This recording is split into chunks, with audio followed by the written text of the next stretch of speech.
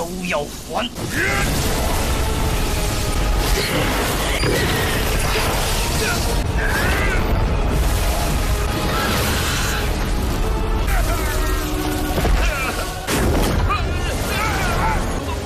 别说我要替家人报仇！ Yo guys, akhirnya kita tiba di episode 16 atau episode terakhir dari season pertama Martial God Ashura ya. Sekedar mengingatkan agar para penonton Mimin selalu semangat menjalani hari-hari yang terkadang memang terasa berat ya guys. Ya udah, spesial kali ini Mimin gak pakai intro lama-lama karena langsung saja kita ke recap ceritanya guys.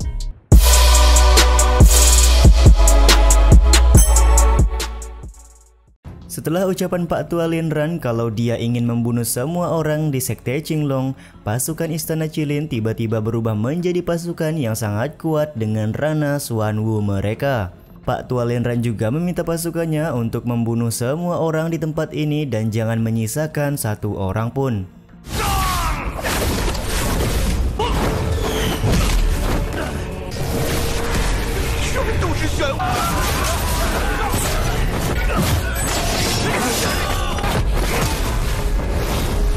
Sontak hal ini pun membuat Chu Feng sangat marah dan meminta Pak Tua Linran untuk menghentikan serangan pasukan Istana Qilin karena semua kejadian di hari ini tidak ada hubungannya sama sekali dengan orang-orang. Namun ya di sini Pak Tua Linran sudah naik pitam tetap tidak menghiraukan ucapan dari Chu Feng, dan di saat yang sama Persatuan Master Mental membuat sebuah formasi kuat guna melawan pasukan Istana Qilin.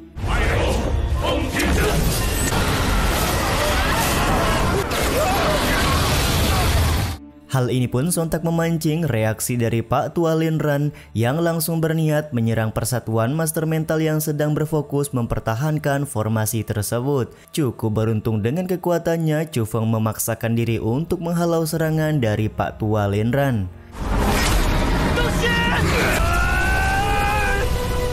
Tidak hanya mempertahankan formasi saja, Persatuan Master Mental juga membantu Chu Feng untuk menekan Pak Tua Linran. Momen ini pun membuat Pak Tua Linran sadar kalau Persatuan Master Mental akan merepotkannya. Dia pun kemudian memutuskan untuk mengaktifkan obat terlarang demi bisa membalaskan dendam Gong Luyun.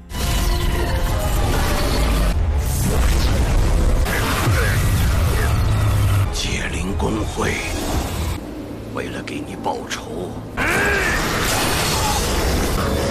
那是禁药养狗。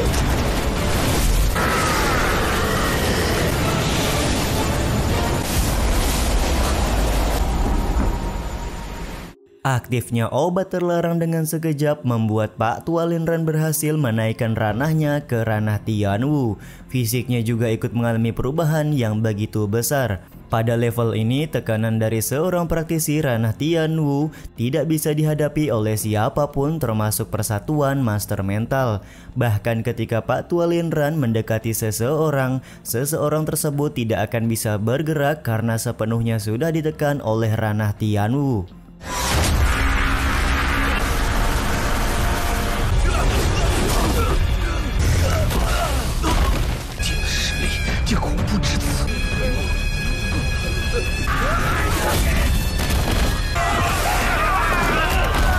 Pak Tua Linran di sini juga hampir kehilangan kesadaran karena bisa dibilang dia membunuh semua orang secara acak. Mendapati hal ini pun Chu Feng lantas berteriak kepada Pak Tua Linran bahwa dialah orang yang sudah membunuh Gong Luyun guna bisa menyelamatkan nyawa Sumei dan juga Suru yang sedang terancam.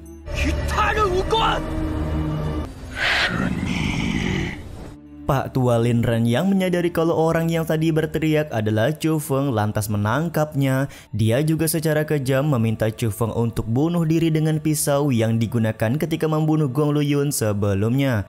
Bahkan di sini Pak Tua Linran menggunakan metode yang cukup licik, yaitu membunuh semua orang di hadapan Chu Feng agar Chu Feng mau menuruti perintahnya.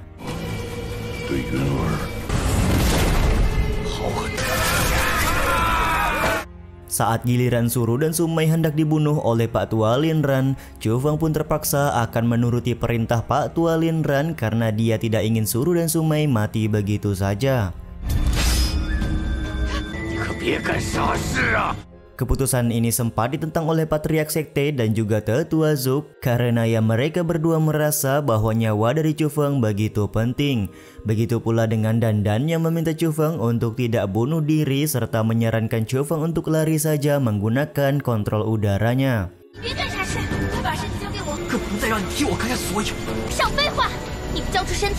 Karena terus mendapat penolakan dari Chu Feng, Dandan pun berniat mengambil paksa tubuh Chu Feng untuk melarikan diri.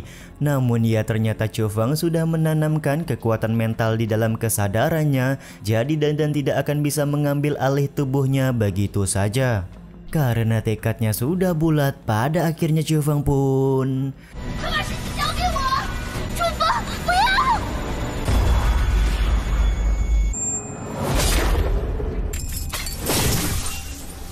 Tara, tiba-tiba pisau yang digunakan oleh Chu Feng untuk bunuh diri hancur begitu saja.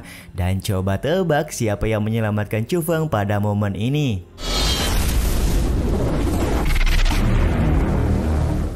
Yap, benar sekali, beliau adalah Qi Fengyang yang memang sudah berniat datang ke Sekte Qinglong untuk melihat pertarungan hidup dan mati Chu Feng dan Gong Luyun.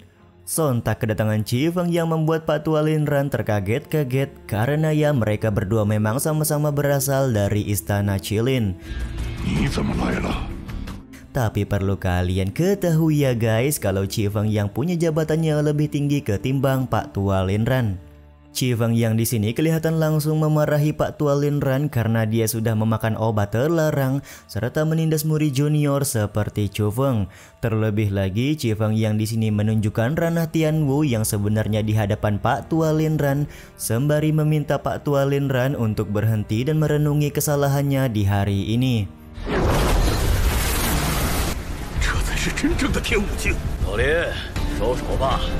Namun karena sudah gelap mata dengan kematian Gong Luyun, Pak Tua Linran tetap akan memaksakan diri melawan Qi Fengyang pada saat ini. Tapi namanya juga ranah Tianwu palsu ya guys, jadi Qi Fengyang dengan sangat mudah mengalahkan Pak Tua Linran hanya dengan satu kali serangan saja.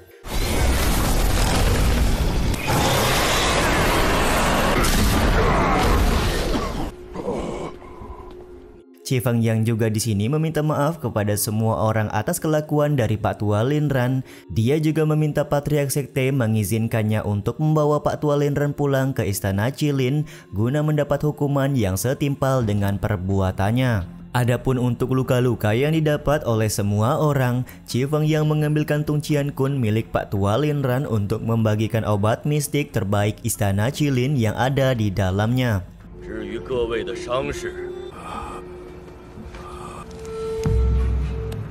Di sini ada hal yang cukup menarik di mana Qi Fengyang menemukan sebuah surat di dalam kantong Qiankun yang berisikan kalau Gong Luyun sebenarnya adalah anak kandung dari Pak Tua Linran.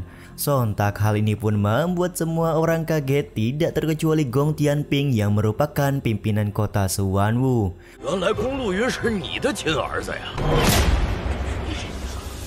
Beberapa saat kemudian Chu Feng mendatangi Qi Fengyang dan berterima kasih karena hari ini Qi Fengyang kembali menolongnya.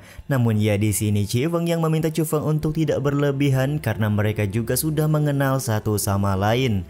Terlebih lagi secara tak terduga Qi Fengyang meminta Chu Feng untuk menjadi bawahannya di istana Qilin guna bisa menggantikan posisi Pak Tua Linran. Di saat yang bersamaan, Qi Fengyang juga meminta pasukan istana Qilin untuk membawa pulang Pak Tua Linran agar dia bisa mendapat hukuman di istana Qilin. Beberapa saat kemudian, Patriark Sekte dan semua master yang ada di dalam altar berterima kasih secara khusus kepada Qi Fengyang karena sudah meredakan kekacauan di tempat ini. Yap, lagi dan lagi dengan sifat cerianya, Qi Fengyang meminta Patriark Sekte tidak perlu sungkan karena bagaimana bisa dia akan membiarkan rekannya Chu Feng dalam masalah. Pada saat menyebut nama Chu Feng, Qi Fengyang baru sadar ternyata Chu Feng sudah menghilang dari tempat ini.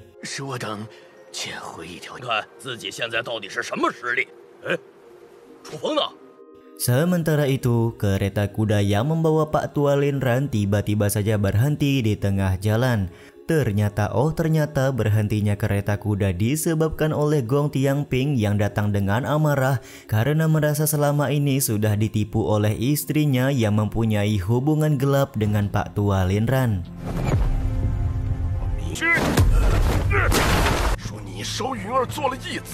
Di luar dugaan, di sini Gong Tianping mengakui kalau dialah sebenarnya dalang utama yang membuat keluarga Chu di kota Kaohsian dibantai oleh bandit desa Wuhu.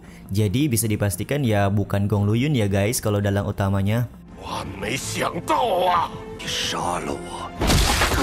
Jadi kau ingin membunuhku di sini, ucap Pak Tua Linran kepada Gong Tianping. Di dalam kondisi seperti sekarang, Pak Tua Linran masih kepikiran dengan sebuah rencana busuk di mana dia rela dibunuh oleh Gong Tianping saat ini asalkan Gong Tianping menyebarkan berita kalau Chu Feng lah yang sudah membunuhnya.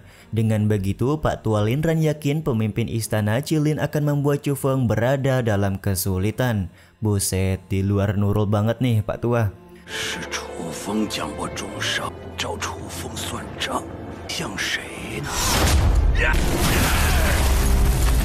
Dan yap, dengan sekejap Pak Tua Linran musnah di tangan Gong Tianping. Di saat itu pula Chu Feng muncul dari arah belakang sembari marah karena dia sudah mengetahui dalang sesungguhnya di balik musnahnya keluarga Chu di kota Kaohsian. Mendapati Chu Feng mengikutinya, Gong Tianping lantas menggunakan kemampuannya untuk membekukan Chu Feng. Namun ia terlihat kemampuan naga asura di dalam tubuh Chu Feng dengan sekejap berhasil mematahkan esensi beku yang dibuat oleh Gong Tianping.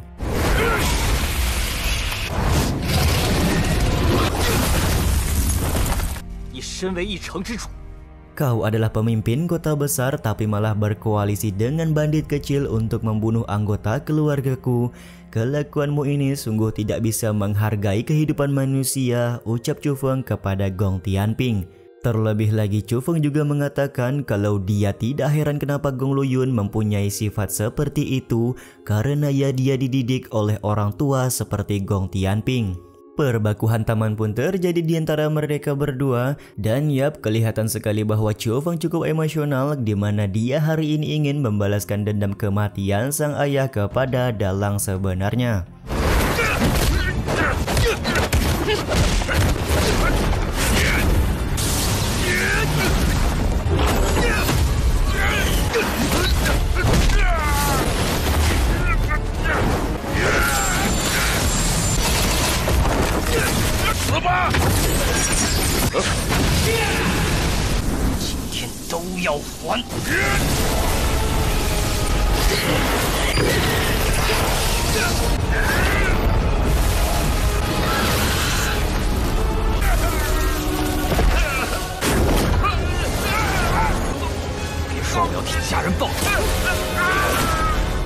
Pada akhirnya Chu Feng berhasil membunuh Gong Tianping dengan kekuatan mentalnya, meskipun sebelumnya Gong Tianping sudah mengemis akan melakukan apapun jika Chu Feng membebaskannya. Setelah membunuh Gong Tianping, Chu Feng pun merasa lega karena dendam keluarga Chu terutama sang ayah sudah terbalaskan. Di saat yang sama pula Dandan menawarkan beberapa kegiatan yang bisa dijalani oleh Chu Feng setelah hari ini. Misalnya menikahi Sumei dan Suru, menjadi penatua di sekte Qinglong, belajar spiritual bersama Raja Kera, atau bahkan mengikuti Chu Feng yang di istana Qilin. Namun ya dari semua penawaran Dandan, tidak ada satupun yang bisa membuat Chu Feng merasa tertarik. Momen ini pun langsung membuat Dandan bertanya apakah yang menarik bagi Chu Feng pada saat ini. Yang menarik bagi Chu Feng pada saat ini adalah membuat dirinya lebih kuat lagi agar bisa menemukan rahasia siapakah kedua orang tua kandungnya, mengungkapkan rahasia kenapa mereka meninggalkan Chu Feng, serta mengungkapkan rahasia kenapa ada dua roh mental di dalam tubuh Chu Feng pada saat ini.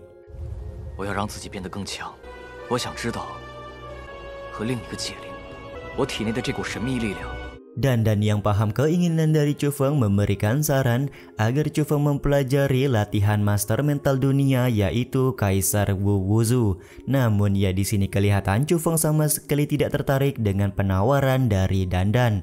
Chufeng menyebutkan kalau dia ingin mencapai puncak bela diri dengan mencapai ranah tertinggi melampaui praktisi terdahulu. Hanya ada satu ranah yang belum pernah dicapai oleh semua praktisi di dunia ini, yaitu adalah Dewa Perang Sura.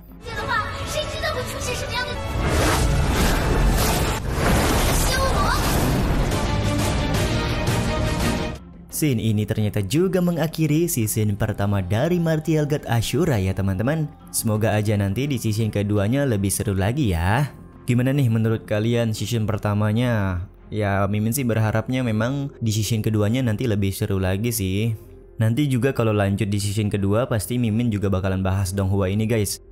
Ya udah deh, sampai di sini dulu aja video kali ini. Mohon maaf jika masih banyak kekurangan dan kesalahan dalam penyampaian kata-kata ya. Terima kasih buat kalian yang udah nonton dan jangan lupa subscribe serta nyalain loncengnya ya guys. Mimin selaku penulis narasi, tukang voice over dan tukang edit video pamit undur diri. Salam hangat, see you in the next video. Bye bye guys, see you next time.